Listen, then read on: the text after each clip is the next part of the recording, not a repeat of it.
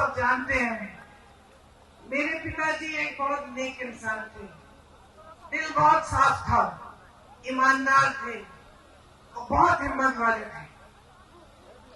जैसे जैसे मैं बड़ी हुई, कभी कभी उनके चुनाव के प्रचार के लिए यहाँ आ जाती थी। पहली बार जब मैं 20-25 दिनों के लिए यहाँ आई तो अपनी माता जी के साथ उनके प्रचार में आई और यहाँ तारपुर का जो गेस्ट हाउस था वहां पे हम लोग रहते थे। उस समय कुछ सारा साधन नहीं थे, प्रचार भी अलग तरह से होता था। गांव गांव जाते थे, मैं माता जी के पीछे पीछे जाती थी। पिताजी चुनाव जीते, प्रधानमंत्री उस समय थे। अमेठी के लिए जितने काम कर पाए उन्होंने किए। यहाँ पे बड़े बड़े उद्योग खोले, सड़कें बनाई। उस समय इंडिया मार्क 1 होता था, हर जगह इंडिया मार्क 1 लगवाया।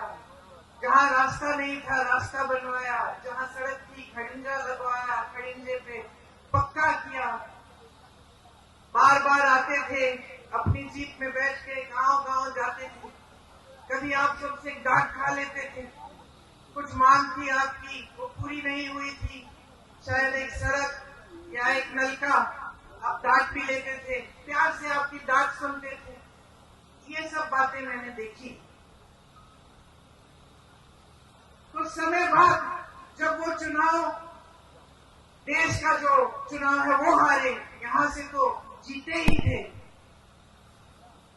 तो उनके ऊपर काफी, मतलब उनकी सुरक्षा की काफी ये संदेह था कि कोई कुछ करेगा उनको।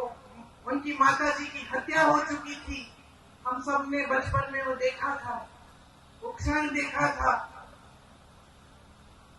अब मैं 17-18 साल की थी, पिताजी के लिए प्रचार किया था।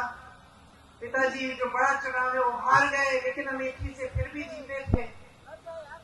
सुरक्षा की बढ़ के बड़े सवाल थे। हफ्ते में 5 दिन व्रत रखती थी कि पिताजी सही सलामत घर आ जाए। एक बार तो मौन व्रत भी रखने लग गई। पिताजी ने कहा, तुमने आज ये दिन क्यों, इतवार के दिन? मैंने कहा, ये दिन क्यों चुना तुमने मौन होने के लिए? इसी दिन कुछ घंटे मिलते हैं तुमसे बात करने के, बाकी समय में काम करता रहता हूँ। पिताजी ने हारने के बाद मेरे ख्याल से 2 या 3 गुना काम किया होगा जितना उन्होंने जीतने के समय किया। जनता के बीच जाते थे, सद्भावना यात्रा की, रात के 4:30 बजे तक, 3 बजे तक काम करते थे। मैं तब तक नहीं सोती थी जब तक उनकी चप्पल की आवाज मेरे कमरे के बाहर से गुजरती थी। मुझे सुनाई देता था कि पिताजी घर आ गए, तब नींद आती थी। घबराहट होती थी कि कोई कुछ कर ना दे। 2 साल बाद 1991 में एक फोन आया। किसी ने कहा कि पिताजी को कुछ हो गया है, पता करो। चुनाव प्रचार में गए थे, रात के शायद 10:30 या 11 बजे थे। मैं एकदम समझ गई कि कुछ बहुत बुरा हुआ है और अपनी माँ को बताने का, क्यों आए यहाँ पे, मतलब मुझे अपनी माँ को बताना पड़ा कि जिस शख्स के लिए वो अपना देश छोड़कर हमारे देश आई थी, जिसके प्रेम के लिए उन्होंने कई त्याग किए थे, हमारी संस्कृति सीखी, नए तरीके सीखे, इंदिरा जी से हमारी भारतीय सभ्यता सीखी, वो खत्म हो गए हैं।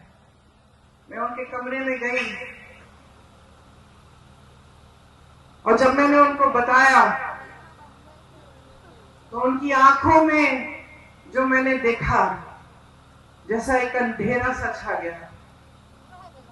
और मैं आपको ये बात बता सकती हूँ कि उस दिन के बाद मैंने अपनी माँ की हंसी कभी उस तरह नहीं सुनी जैसे जब हंसती थी जब पिताजी होते थे।